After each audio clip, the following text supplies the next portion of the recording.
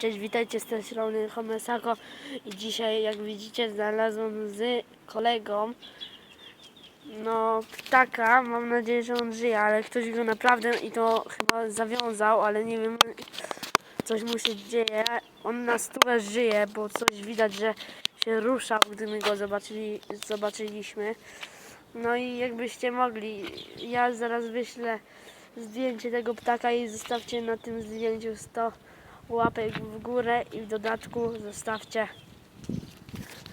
suba i dzwoneczek, żebyście byli na bieżąco. To cześć i nara.